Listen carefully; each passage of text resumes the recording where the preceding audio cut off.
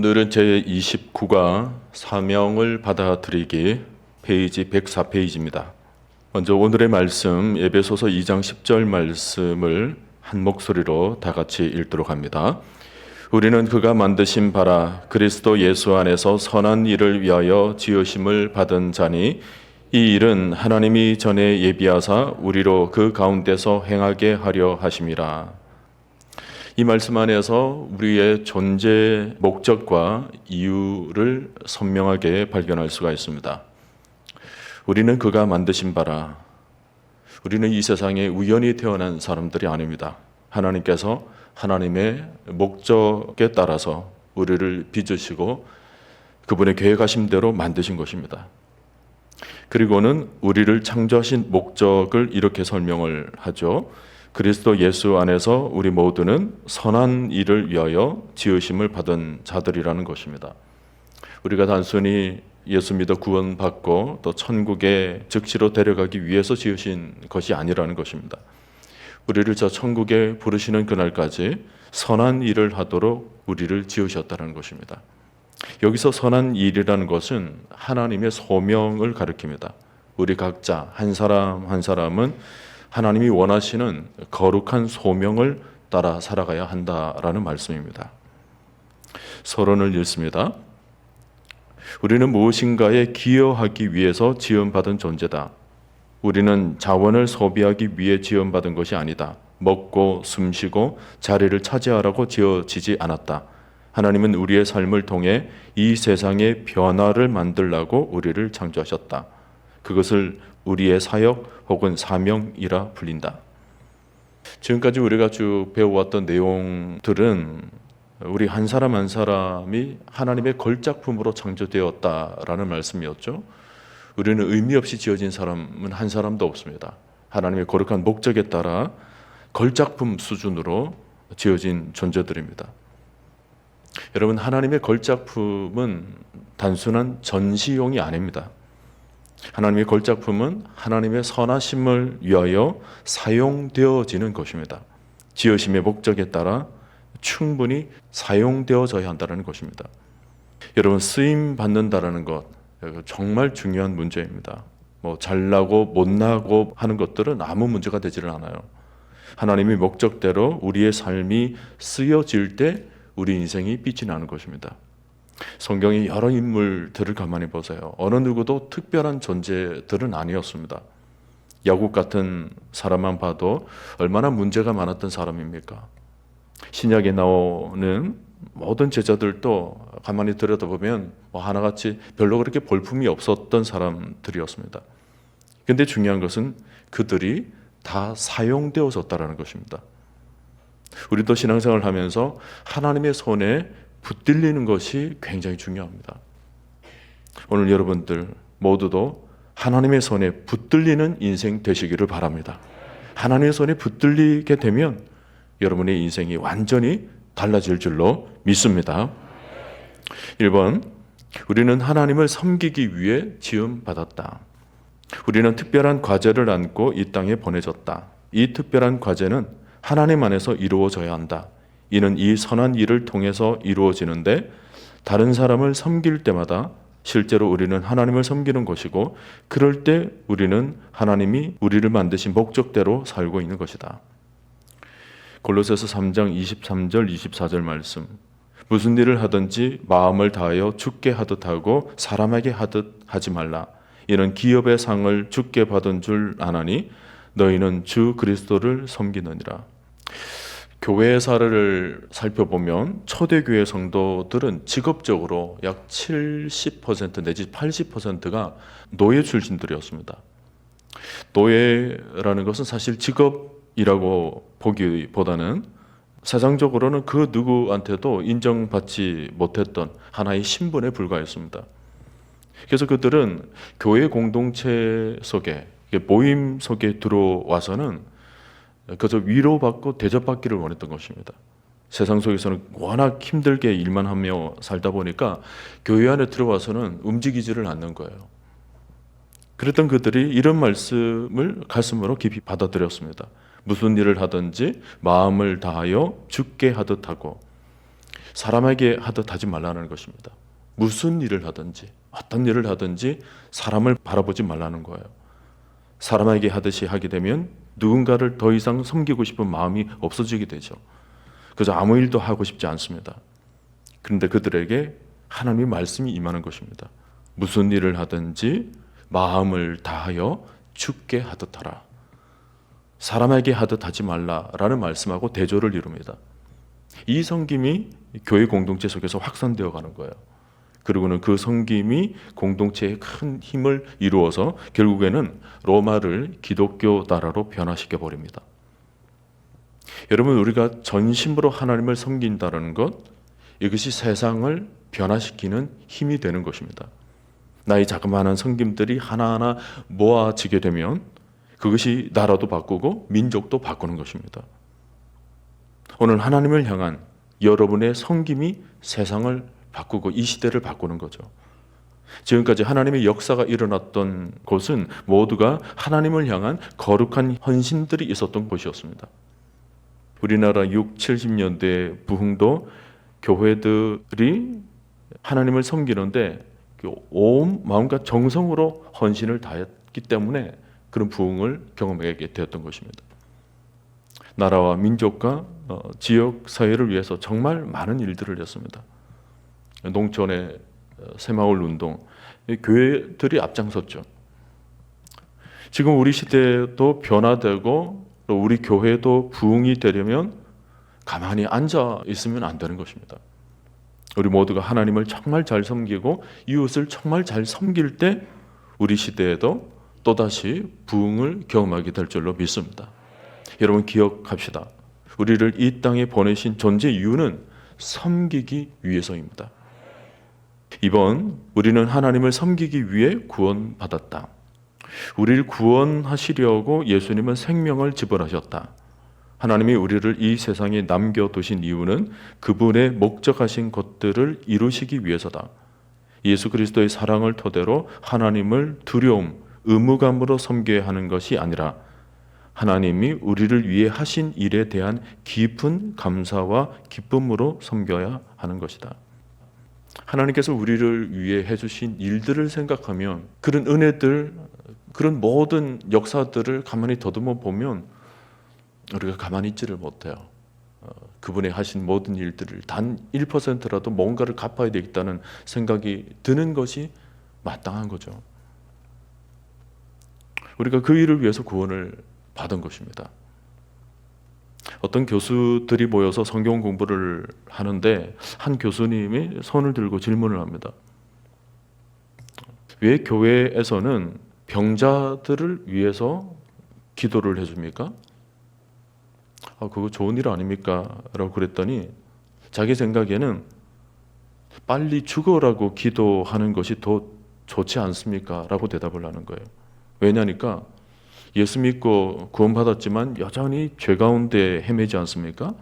죄 짓다 보면은 더러워지고 또다시 회개하고 또 씻고 그러다 보면 우리가 입은 세마포 옷이 더러워지고 또 씻고 더러워지고 또 씻고 그렇게 하다 보면 천국에 들어갈 때는 새 옷 세마포 옷을 입고 들어가야 되는데 완전히 낡아진 세마포 옷을 입고 들어가게 된다라는 거예요. 그러니까 깨끗한 세마포 옷, 우리가 처음 구원을 받고 또 예수를 영접해서 완전히 죄사함을 받은 그 순간 즉시로 천국에 들어가는 것이 낫지 않겠습니까? 깨끗한 세마포 옷을 입고. 어떻게 보면 아주 스마트하고 똑똑하신 분입니다. 근데 나만 구원 받는 것이라면 그분의 말대로 맞아요. 구원을 받자마자 천국 가는 것 너무 좋습니다. 아무리 이 세상이 좋아도 천국에 비할 바 못 되는 거죠. 그런데도 왜 우리가 이 땅에서 구원받은 뒤에도 바로 천국으로 올라가지 않고 계속 왜 이 땅에 머물러야 하는가? 또 이 땅에서도 할 수만 있거든 왜 우리가 오래 살아야 되는가? 그것은 이 땅에서 할 일이 있기 때문에 그래요. 할 수만 있으면 이 땅에서 주님께서 주신 그런 일들을 많이 하고 가는 것입니다. 구원받는 것도 우리가 곧바로 천국에 가기 위해서라기보다는 이 땅에서 하나님의 사명을 감당하기 위해서이죠. 구원의 과정이라는 것이 그래요. 구원을 받고 그 다음에 사명을 감당하고 그리고는 천국 가는 것입니다. 하나님을 섬기고 하나님을 사랑하고 또 하나님을 위해서 헌신하고 교회와 이웃들을 위해서 그런 일들을 감당하라고 우리를 불러주시고 우리를 구원해 주신 것입니다. 그러므로 여러분 가만히 앉아서 천국만 기다리고 있지 마시고 이 땅에서의 할 일, 이 땅에서의 사명을 다하시기를 바랍니다. 우리가 사명을 다하기 전에는 천국이 아무리 좋아도 하나님이 우리를 절대로 데려가시지 않으신다는 것을 여러분 꼭 기억하시기를 바랍니다. 관련 말씀들을 볼까요? 로마서 12장 1절 말씀. 그러므로 형제들아 내가 하나님의 모든 자비하심으로 너희를 권하노니 너희 몸을 하나님이 기뻐하시는 거룩한 산 제물로 드리라. 이는 너희가 드릴 영적 예배니라. 여기 나오는 하나님이 기뻐하시는 거룩한 산 제물이라는 것이 뭐예요? 바로 하나님께 우리의 모든 삶, 모든 전인격적인 주권을 가리키는 것입니다. 우리의 모든 것을 하나님께 드림으로써 하나님께서 마음껏 우리를 사용하시도록 하는 것, 이것이 우리가 드릴 영적 예배라는 거예요. 포괄적인 의미에서의 예배는 우리의 모든 삶의 영역에서 다 드러나야 한다는 것입니다. 성전에서 드리는 찬양, 성경에서 드리는 말씀, 기도, 이런 것이 삶 속에서 실제적인 모습으로 나타나야 되는 거죠. 믿음, 소망, 사랑이라는 그런 단어들은 우리의 모든 삶의 영역에서 실제적인 모습으로 나타나야 하는 것입니다. 같은 맥락에서 갈라디아서 2장 20절을 보면 비슷한 말씀이 나오죠. 내가 그리스도와 함께 십자가에 못 박혔나니 그런즉 이제는 내가 사는 것이 아니요 오직 내 안에 그리스도께서 사시는 것이라. 이제 내가 육체 가운데 사는 것은 나를 사랑하사 나를 위하여 자기 자신을 버리신 하나님의 아들을 믿는 믿음 안에서 사는 것이라. 우리가 구원받은 것은 이제 내가 내 몸을 나 스스로 사용하는 것이 아니라, 내가 내 몸을 사용하는 것이 아니라 오직 내 안에 그리스도께서 사시도록 하는 것입니다. 그분이 행하셨던 것처럼 세상을 구원하기 위해서 온전한 사랑으로 섬겼던 그분의 삶, 그게 구원받은 이후에 나의 삶 속에서도 나타나야 되는 거죠. 이것이 구원받은 자의 참 모습이라는 것입니다. 우리가 구원받았다라는 지식만 가지는 것에 만족할 것이 아니라 구원받은 자로서 우리의 형상을 구원받은 자의 합당한 모습으로 성장시켜 나가고 변화시켜 나가야 하는 것이 중요합니다. 그것이 뭐예요? 이제 내가 육체 가운데 사는 것은 나를 사랑하사 나를 위하여 자기 자신을 버리신 하나님의 아들을 믿는 믿음 안에서 사는 것, 그런 모습. 우리 모두가 이제 이런 삶을 하나하나 만들어갈 수 있기를 바랍니다. 3번, 우리는 하나님을 섬기기 위해 부름받았다. 자, 지금 세 가지 동사를 머릿속에 암기하면서 따라오십시오. 우리는 하나님을 섬기기 위해서 지음받았다, 그리고 구원받았다, 그리고 부름받았다. 점점점 강해지는 의미들이 나오죠. 수동적인 의미에서 점점 적극적인 의미로, 어떤 사실적 측면에서 행동적 측면으로 우리를 점점 초대하고 있습니다. 구원을 위한 부르심은 섬김을 위한 부르심이 포함된다. 하나님이 우리를 부르셨다면 그냥 부르신 것이 아니라 하나님이 행하셨던 일들을 우리도 동일하게 하도록 만들기 위함입니다. 개혁주의 교회가 늘 부르짖는 구호가 있습니다. 우리가 죽음으로부터 건져내어진 소명자입니까? 그렇다면 우리는 이제 세상으로 보내어진 사명자입니다. 베드로전서 2장 9절. 그러나 너희는 택하신 족속이요 왕같은 제사장들이요 거룩한 나라요 그의 소유가 된 백성이니 이는 너희를 어두운 데서 불러내어 그의 기이한 빛에 들어가게 하신 이의 아름다운 덕을 선포하게 하려 하심이라. 우리의 소명, 다른 말로 하면 우리의 정체성을 몇 개의 단어들로 보여주고 있는데, 여러분 몇몇 단어들의 동그라미를 해보시길 바랍니다. 택하신 족속, 왕같은 제사장, 거룩한 나라, 그의 소유된 백성. 이런 단어들이 우리가 부르심을 받은 정체성들입니다. 그리고는 그 다음에 나오는 말씀이 우리가 이루어 가야 할 사명이죠. 이는 너희를 어두운 데서 불러내어 그의 기이한 빛에 들어가게 하신 이의 아름다운 덕을 선포하게 하려 하심이라.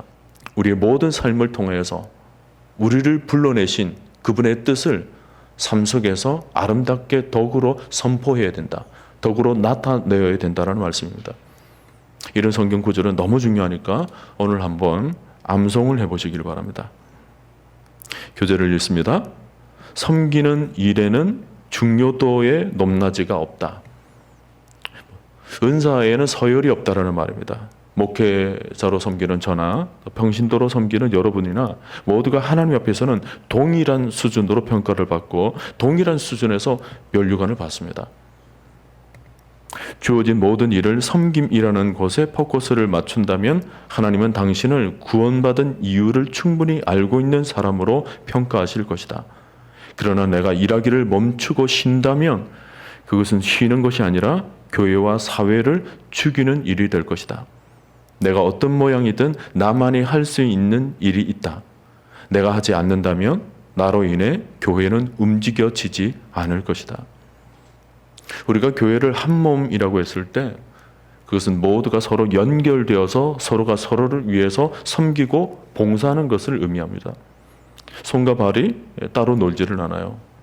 손과 발, 서로가 서로를 섬기는 거죠. 손은 발을 섬기고 발은 몸을 섬기고 몸은 모두를 위해 섬기는 것입니다. 서로 연결이 되어서 유기적으로 섬기면서 하나의 건강한 몸을 이루는 것입니다. 근데 만일 팔이 있는데 이 팔이 전혀 일을 하지를 않아요. 발이 있는데 발이 움직이지 않는 것입니다. 이것은 정상적인 몸이 아니에요. 만일 교회가 이런 몸 상태를 가지고 있다면 교회는 결코 건강한 교회가 될 수 없는 것입니다. 성경은 우리 중에 그 어느 누구도 은사를 받지 않은 사람이 없다고 말씀을 합니다. 그 말은 누구 하나 예외 없이 교회를 섬기는 기능을 나름대로 가지고 있다는 것입니다. 근데 우리 모두가 각자에게 어울리는 그런 은사와 재능이 있으면서도 그 일을 내가 소홀하게 되면 마치 바퀴에 나사가 하나 빠져있는 자동차와 같습니다. 여러분, 그런 차가 고속도로를 달리게 되면 어떻게 됩니까? 그 나사 하나 빠진 것 때문에 점점 자동차가 흔들리게 될 것입니다. 그리고는 나중에 바퀴도 빠지고 차체가 완전히 무너지게 되면서 대형 사고를 일으키게 되는 거죠. 여러분, 교회 안에서 섬긴다는 것이 단순히 어떤 윤리적인 생각으로 남을 위해 봉사를 한다거나 혹은 내가 시간이 있을 때만 하나님을 섬기게 된다, 그런 정도 수준으로 이해를 한다면 교회는 온전하게 돌아갈 수가 없습니다. 섬긴다라는 것을 하나의 옵션으로 생각하지 마시기를 바랍니다. 내가 섬겨도 되고 안 섬겨도 되고 그런 선택의 문제로 여러분 생각하시면 안 됩니다. 혹은 누군가가 하니까 나는 하지 않아도 된다라는 수준으로 하나님을 향한 섬김을 어떤 인간적인 관점에서 해석하지 마시기를 바랍니다. 우리는 누군가 때문에 섬기는 것이 아니라 하나님 때문에 섬기는 것입니다. 우리가 사람을 섬기는 것 같지만 아니에요. 하나님을 섬기는 것입니다. 여러분, 하나님을 섬기는 일에 예외가 있습니까? 이 일은 특정한 누군가에게 주어진 일이 아니라 우리 모두가 그렇게 부르셨고 그 일 때문에 우리를 구원하셨고 그 일 때문에 우리를 지으신 것입니다. 그러므로 우리는 그분의 목적대로 쓰임받기 위해서는 모두가 하나님의 공동체, 또 이웃, 가정, 하나님의 거룩한 사명을 위해서 모두가 움직여야 하는 것입니다. 만일 우리 주님께서 섬기라는 것을 단순히 봉사나 옵션으로 생각하셨다면 아마 이 땅에 내려오지 않으셨을 수도 있으셨을 테고, 만일 그렇게 되면 오늘 저와 여러분들은 이 자리에 없습니다. 여러분, 교회의 섬김은 윤리적 수준이 아닙니다. 공동체의 생명과도 같습니다. 전도를 하지 않는데 어떻게 영혼이 건져집니까? 교사가 없는데 어떻게 다음 세대들이 길러집니까? 이웃을 위해서 세상을 향해서 섬기지 않으면 어떻게 하나님의 살아계심을 나타낼 수가 있습니까? 모든 섬김은 영혼을 구원해내는, 또 구원받은 그 영혼을 하나님의 창조 목적대로 쓰임받도록 만드는, 뭔가 생명력을 일으키는 굉장히 중요한 의미를 지니고 있습니다. 이것은 어느 열심이 있는 특정한 사람들에 대한 말이 아니고 우리 모두에게 해당되는 말씀입니다. 우리 모두는 한 몸을 이루어서 그리스도의 생명력을 다 같이 드러내어야 되는 것입니다. 그리스도의 생명력, 하나님의 살아계심. 이 일에 새끼손가락이라고 해서 가만히 죽어 있어서는 안 됩니다. 발가락도 언체로 죽어 있어서는 안 됩니다. 우리 모두가 살아 있어야 되는 것입니다. 신체 어느 부위에도 혈액이 살아 있어서 혈액이 공급되어 있어야 되고 세포 분열이 일어나야 되는 거예요. 하나님을 섬기는 일에 우리 모두가 한 사람 예외 없습니다. 아멘입니까, 여러분? 그런 맥락에서 4번을 보시면 하나님께서는 우리에게 이 섬김을 명령하신다는 것을 꼭 기억할 수 있기를 바랍니다. 섬기라는 명령을 받았다. 지금 4단계로 지금 오고 있습니다. 하나님께서 우리를 섬기기 위해서 지으셨다, 그리고 구원하셨다, 그리고 부르셨다, 그리고는 명령하셨다라는 이 말씀까지 점점 우리의 마음을 좀 두드리고 있는 거예요. 강화시키고 있는 것입니다. 교재에서는 마가복음 10장 45절만 나와 있는데 이 말씀 앞에 있는 구절과 같이 읽는 것이 좋겠습니다. 앞에 스크린으로 보시면 너희 중에는 그렇지 않을지니 너희 중에 누구든지 크고자 하는 자는 너희를 섬기는 자가 되고 너희 중에 누구든지 으뜸이 되고자 하는 자는 모든 사람의 종이 되어야 하리라. 인자가 온 것은 섬김을 받으려 함이 아니라 도리어 섬기려 하고 자기 목숨을 많은 사람의 대속물로 주려 함이니라. 우리가 주님을 닮아가면 닮아갈수록 더 낮은 정의 위치에서 섬기는 자가 되어야 한다는 것을 역설적으로 말씀해 주고 있습니다. 여러분, 교회는 섬기는 자가 큰 자이고 섬김을 받으려고 하는 자가 작은 자입니다. 교회의 높낮이는 어떤 직분의 높낮이가 아니에요. 뭐가 되고 하면 높은 위치에 올라서고 그렇지가 않습니다. 직분, 사회적 신분, 세상적 위치 그런 것은 하등 중요하지가 않아요. 오늘 하나님께서 선명하게 말씀해 주시는 것이 교회에서 누가 큰 자냐, 누가 높은 자냐, 다른 사람이 아니라요. 섬기는 자가 높은 자라는 거예요. 섬기는 자가 큰 자라는 것입니다. 이것은 물질적인 측면이 아니어도 좋습니다. 몸으로, 시간으로, 정성으로, 혹은 기도하는 마음으로 정말 하나님을 섬기듯 교회 공동체를 섬길 때 하나님은 여러분의 헌신을 존귀하게 사용하여 주실 줄로 믿습니다. 교재를 읽으면서 정리합니다. 그리스도인에게 섬김은 선택사항이 아니라 삶의 핵심이다. 섬기는 것과 주는 것은 우리의 삶을 향한 하나님의 목적이다. 우리가 예수님 안에서 성숙함에 따라 우리의 관심은 점차적으로 섬김의 삶을 사는 모습으로 변화되어야 한다. 예수님을 따르는 성숙한 사람은 나의 필요를 누가 채워줄까 하는 질문은 더 이상 하지 않고 내가 누구의 필요를 채워줄 수 있을까라고 묻기 시작한다. 성숙한 교회일수록 이런 질문들을 많이 던집니다. 누가 나의 필요를 채워줄까 하는 마음보다 이번에는 내가 이런 일로 좀 섬겨봐야 되겠다. 이런 마음이 많은 교회가 정말 살아있는 교회고 참 좋은 교회입니다. 내가 누구의 필요를 채워줄 수 있을까? 내가 어떤 일로 좀 섬길까? 내가 어떤 일로 좀 봉사할까? 저는 우리 교회가 이런 마음들이 가득해지기를 바랍니다. 어느 한 사람 예외 없이 모두가 섬김을 받기보다는 내가 자그마한 일이라도 하다못해 주보를 접는 일, 자그마한 곳에 남이 보지 않는 곳에서 정말 섬기는 일, 그런 아름다운 마음들이 정말 풍성해질 때 우리 교회는 하나님께서 기뻐하시는, 그래서 하나님께서 정말 강력하게 사용하는 영향력 있는 교회가 될 줄로 믿습니다. 5번, 영생을 준비하기, 섬김과 삶의 의미 찾기. 우선은 영생을 준비하기에 대해서 여러분 묵상해 보십시오. 지상에서의 삶이 끝나는 날 우리는 하나님 앞에 설 것이다. 그때 하나님은 우리가 얼마나 다른 사람을 잘 섬겼느냐에 따라 우리의 삶을 평가하실 것이다. 그렇죠? 우리가 천국에 들어갔을 때 우리가 세상에서 너 어떤 직분으로 있다가 왔냐 그거 보지를 않아요.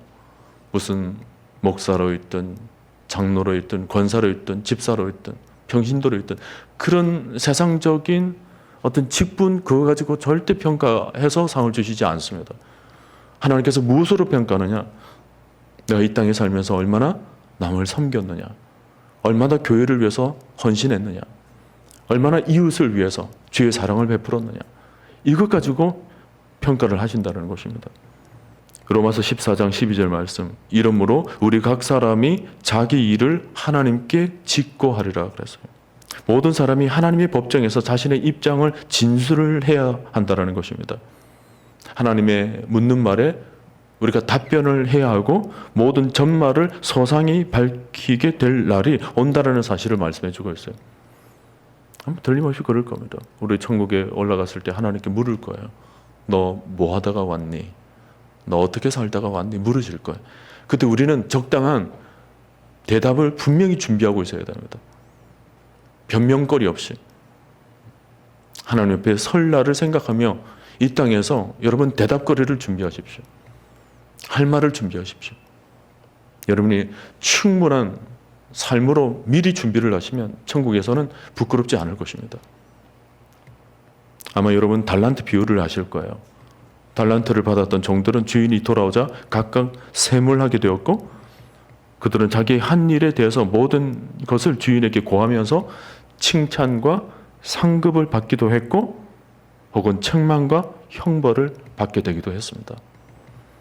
주인 앞에서 각자 자신들의 한 일을 소상히 밝혔듯이 우리 또한 각자가 하나님의 심판대 앞에 설 때 자신의 모든 섬김의 일들을 낱낱이 아뢰어야 할 때가 온다는 것을 우리는 반드시 기억하면서 여러분 모두가 천국의 삶을 잘 준비할 수 있기를 바랍니다. 교재를 보세요. 만일 우리가 섬기지 않고 있다면 우리는 그저 존재하고 있을 뿐이다. 존재의 의미가 없다라는 말입니다. 왜냐하면 삶은 사역을 하도록 주어졌기 때문이다. 마치 그림을 그리라고 도화지를 줬는데 아무것도 그리지 않는 것과 똑같은 거예요. 하나님은 우리가 이타적으로 다른 사람을 사랑하고 섬기는 것을 배우기 원하신다. 여러분 다시 교재를 읽으시면서 찬찬히 묵상을 해보시길 바랍니다. 또 하나 섬김과 삶의 의미 찾기. 섬김을 통해 우리는 삶의 의미를 발견할 수 있다. 하나님의 가족 안에서 서로 섬길 때 우리의 삶은 영원한 중요성을 갖게 된다. 정말 중요한 것은 우리가 이 땅에서 얼마나 오래 사느냐가 아니라 얼마나 삶을 베풀면서 사느냐이다. 얼마나 오래 살았느냐가 아니라 어떻게 사느냐이다.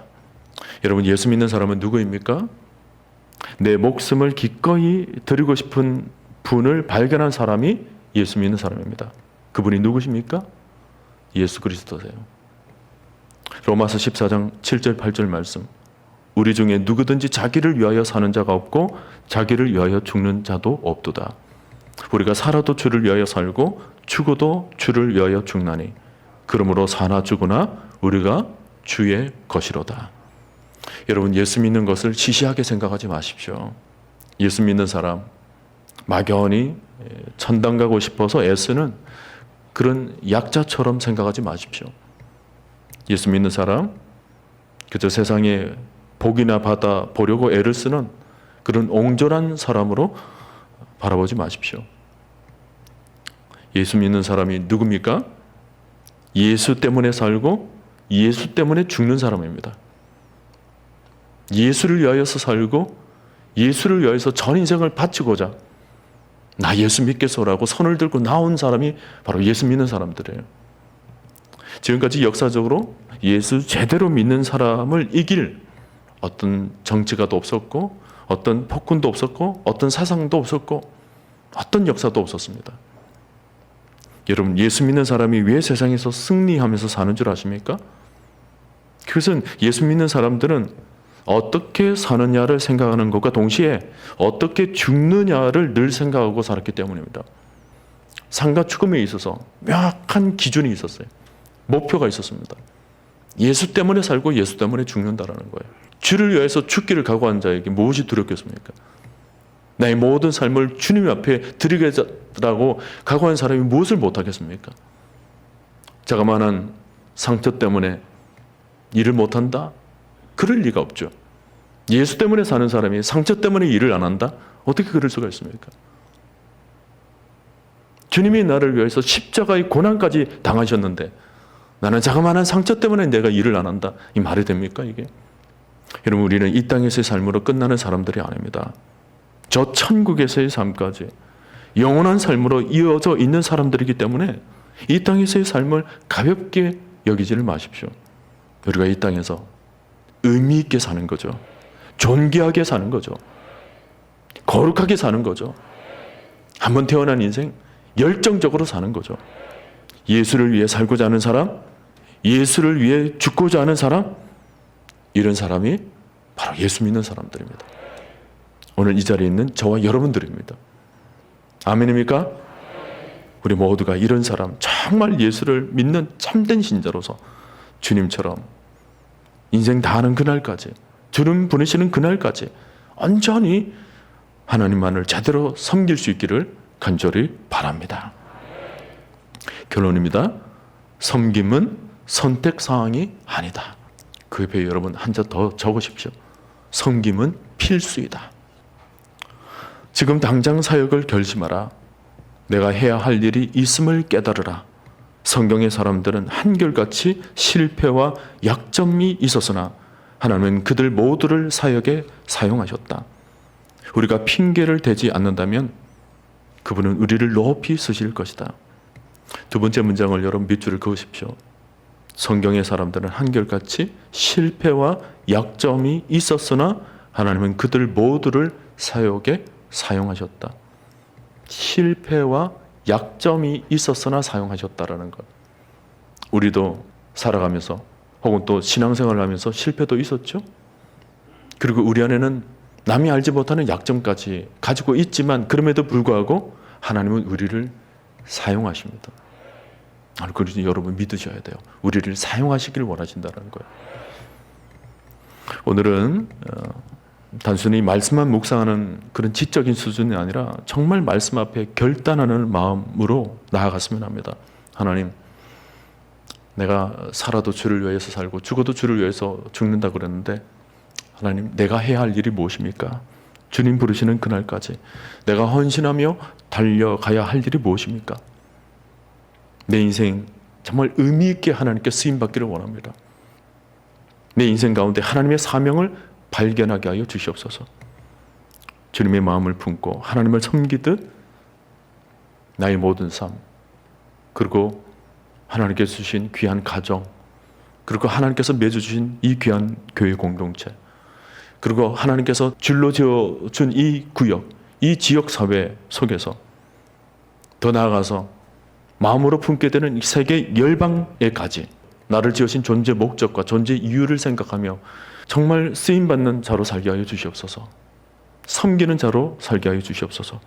이런 기도의 마음으로 하나님께 섬김에 대한 거룩한 결단이 우리 심령 가운데 일어나게 되기를 주님의 이름으로 간절히 축원드립니다.